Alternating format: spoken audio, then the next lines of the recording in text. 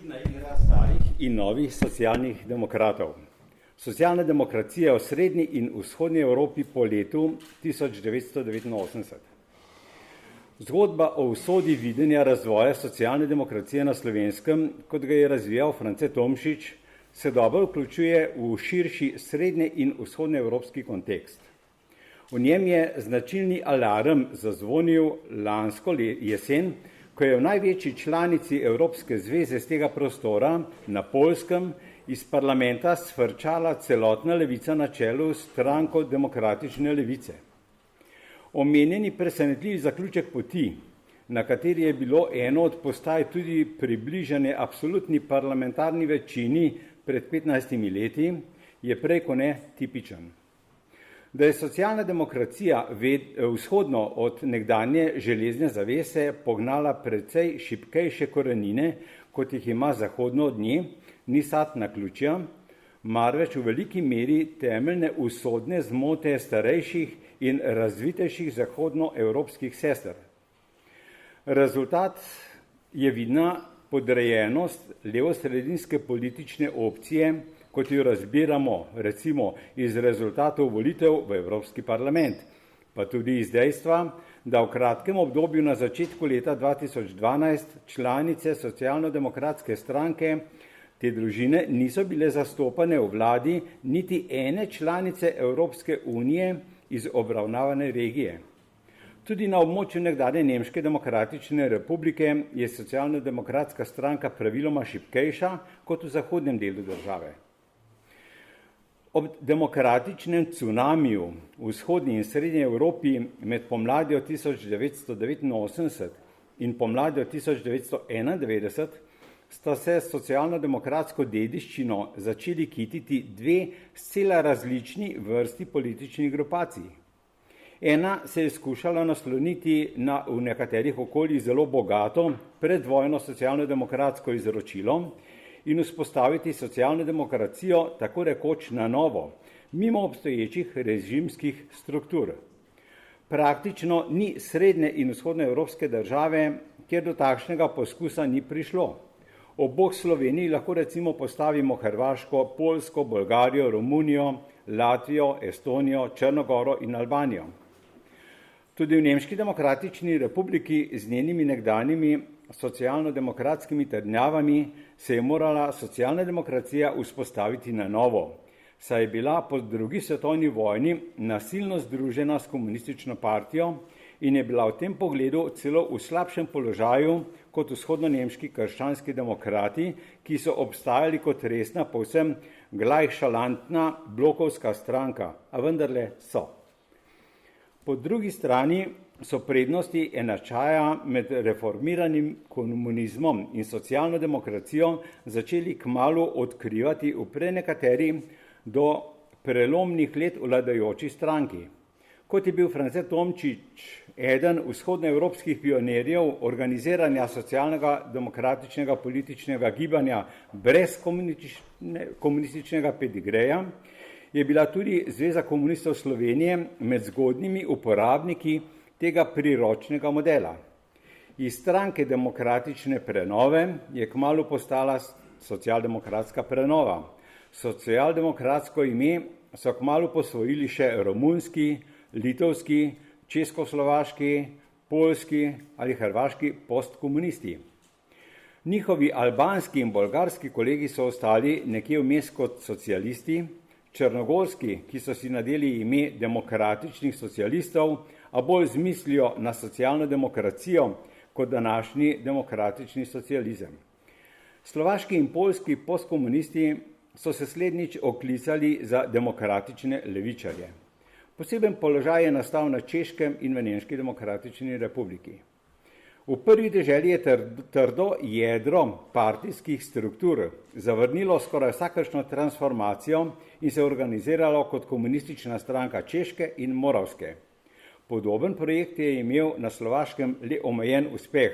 Slovaški komunisti so se enkrat prebili celo v parlament, na Madžarskem in Hrvaškem pa ni doživel nikakršnega preboja.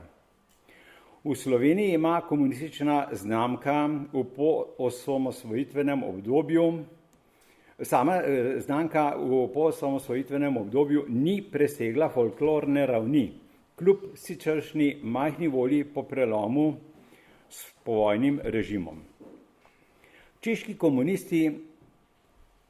S češkimi komunisti je bistveno drugače, saj so postali stalnica politične scene in so leta 2002 pristali na pragu petinske podpore volivcev.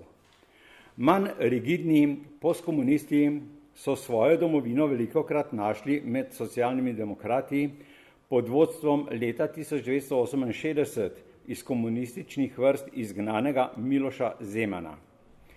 V Nemški demokratični republiki so se pojavljale ideje o razpustitvi prej vsemogočne socialistične enotne stranke Nemčije, nazadnje pa je tudi z mislijo na precejšnje partijsko premoženje prišlo do preobrazbe v stranko demokratičnega socializma. Ta je po eni strani ostala stranka bivše nomenklature, po drugi strani pa izrazita regionalna stranka vzhodnih Nemcev.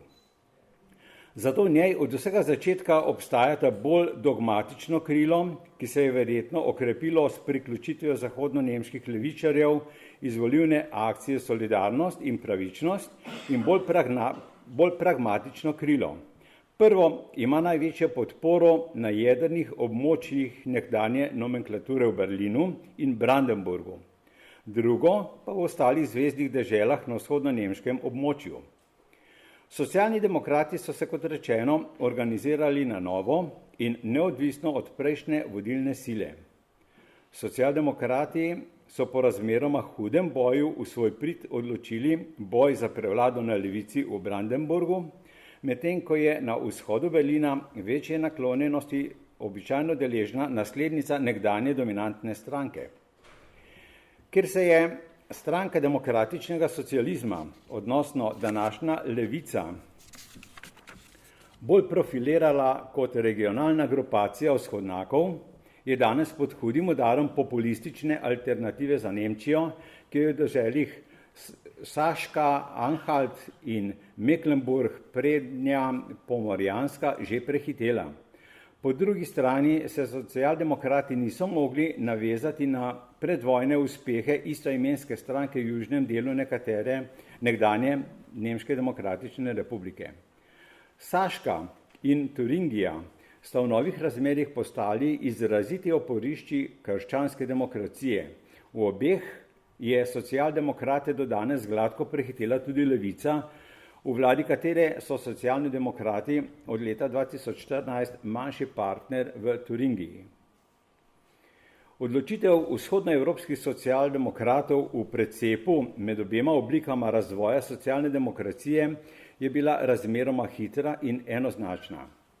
V znamenju formule je, da je reformirani komunist sodoben socialni demokrat, ki jo je na navedeni način sicer opredelil slovenski predsednik Milan Kučan, so podprli postkomunistične socialne demokrate.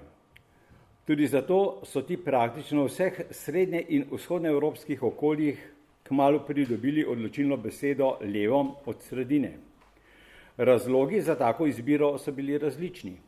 Verjetno odločilna je bila realistična ocena, da so te politične skupine zaradi nakopičenih privilegijev in premoči skozi dolgih 50 letij enostavno v tolikšni prednosti, da je stavljanje na nje poroštvo lažjega prodora v ta okolja.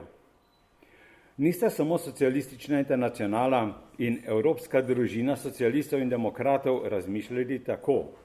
Tudi evropski liberalni demokrati in Evropska ljudska stranka so vrata odprli marsikateremu politiku in marsikateri stranki, nad katerima politični tekmeci in celo somišljeniki upravičeno vihajo nos. Pri liberalnih demokratih naj omeni samo estonsko stranko centra dolgoletnega populističnega in rusofilnega talinskega župana Edgarja Savisarja, pri ljudski stranki bolgarski grb premijera Bojka Borisova. Se je pa Evropska ljudska stranka vsaj uprla skušnjavi, da bi v svoje vrste sprejela stranko Velike Romunije, ko in čeprav je bila precej močna stranka. Drugi razlog bi utegnil biti na evropskem zahodu nasploh razširjeni strah pred vnovičnim vzklikom srednje in vzhodnoevropskih nacionalizmov in avtoritativnih teženj iz obdobja pred drugo svetovno vojno. Čeprav je bil ta strah nedvomno pogosto izgovor za mlačen odnos do neposrednih dedičev povojnega totalitarizma, ni čisto jasno, zakaj so na Zahodu tako zlahka odkupili mantro o njihovem nenadnem odkritju liberalnih vrednot in pristne socialne demokracije. Na vse zadnje so številne komunistične stranke že pred letom 1989 nastopale izrazito nacionalistično. Omenim naj le srbske komuniste pod Miloševićem ali bolgarske pod Živkovim z njihovo protiturško gonjo v 80. letih. Zato ni nič čudnega, da so danes med najuspešnejšimi političnimi skupinami socialdemokratsko nalepko Slovaška smer in romunski socialdemokrati. Zlasti prvi slovijo po številnih epizodah protimadžarskega nacionalizma in v novejšem času levega populizma. Tudi drugi imajo dolgo zgodovino plodnega sodelovanja z romunskimi nacionalisti, zato ni presenetljivo, da se madžarski manjšini v obeh državah izrazito obračata k konservativnim strankam. Latvijski socialisti so po drugi strani sčasoma postali osrednji glasniki interesov številčne ruske manjšine in nostalgije po Sovjetski zvezi, čeprav morajo sočasno vse bolj poudarjati navezavo na rusko pravoslavje. V Estoniji je vlogo glavnega zagovornika ruske manjšine in proruske usmeritve nasploh prevzel že omenjeni nominalno liberalni center. V podobno smer kot slovaško smer je že pred časom izrazito zaneslo nekdanjega socialdemokrata na čelu Češke republike Miloša Zemana. Litovski socialdemokrati so med trenutno vladajočimi na Evropskem vzhodu tako rekoč edini, ki se lahko sklicujejo na vsaj deloma reformno preteklost. Izhajajo namreč iz tistega krila litovske komunistične partije, ki se je pod vodstvom Algirdasa Brezauskasa že zgodaj opredelilo za obnovo litovske suverenosti. Nagrada je bila, da so bili od vseh strank v demokratični Litvi najdlje na oblasti od leta 1992, 1996, 2001, 2008 in zdaj od 2012 naprej. Razen na Poljskem gre socialnim demokratom trenutno precej za nohte še na Madžarskem, kjer jih v bitki za drugo mesto ogroža skrajno nacionalistični Jobbik, pa tudi v Sloveniji, kjer za razvoj na levosredinskem delu političnega prizorišča nasploh velika posebnost in si socialni demokrati niso uspeli zagotoviti trajnega velikega kosa pogače, četudi so leta 2008 presegli 30% glasov. Povsem drugače so na oblast praktično abonirani črnogorski demokratični socialisti. Zelo konkurenčni za oblast so tudi hrvaški socialni demokrati, ki so bili glavna vladna stranka med leti 2000 in 2003 ter 2011 in 2015. Kaj se je dogajalo s socialnimi demokrati brez komunističnih korenin? Kot razmeroma pomembni politični skupini so preživeli samo estonski in češki socialno-demokrati, če slednji seveda priznamo nekomunistični izvor. Prav tako imajo velik pomen socialno-demokrati na vzhodu Nemčije, čeprav je njihov položaj, ker so del vse nemške socialne demokracije, kajpak specifičen. Nekje v senci večjih strank živita recimo črnogorska socialno-demokratska stranka in bolgarska Eurolevica. Ostalim sta za dve možnosti ali premik proti sredini in desnici ali združitev z uspešnimi postkomunističnimi v socialno-demokrate prekrščenimi skupinami. Prvo pot sta izrazito izbrali Janševa in nekdaj Tomšičeva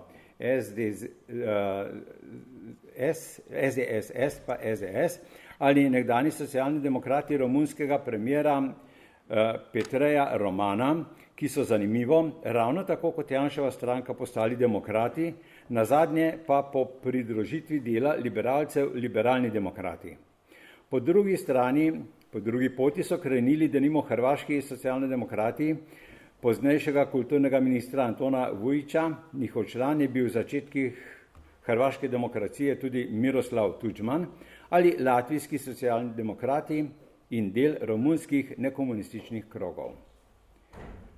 Vsekakor ostaja priokus, da je taktiziranje velikih zahodnoevropskih socialno-demokratskih strank v marsičem oslabilo to politično usmeritev v srednji in vzhodnji Evropi. Del njenih vsebin pa je pristal na repertoarju, običajno kot desnosredinskih opredeljenih strank. V zadnjem času je omenjeno recimo zelo opazno pri vladajoči poljski stranki. Hvala lepa.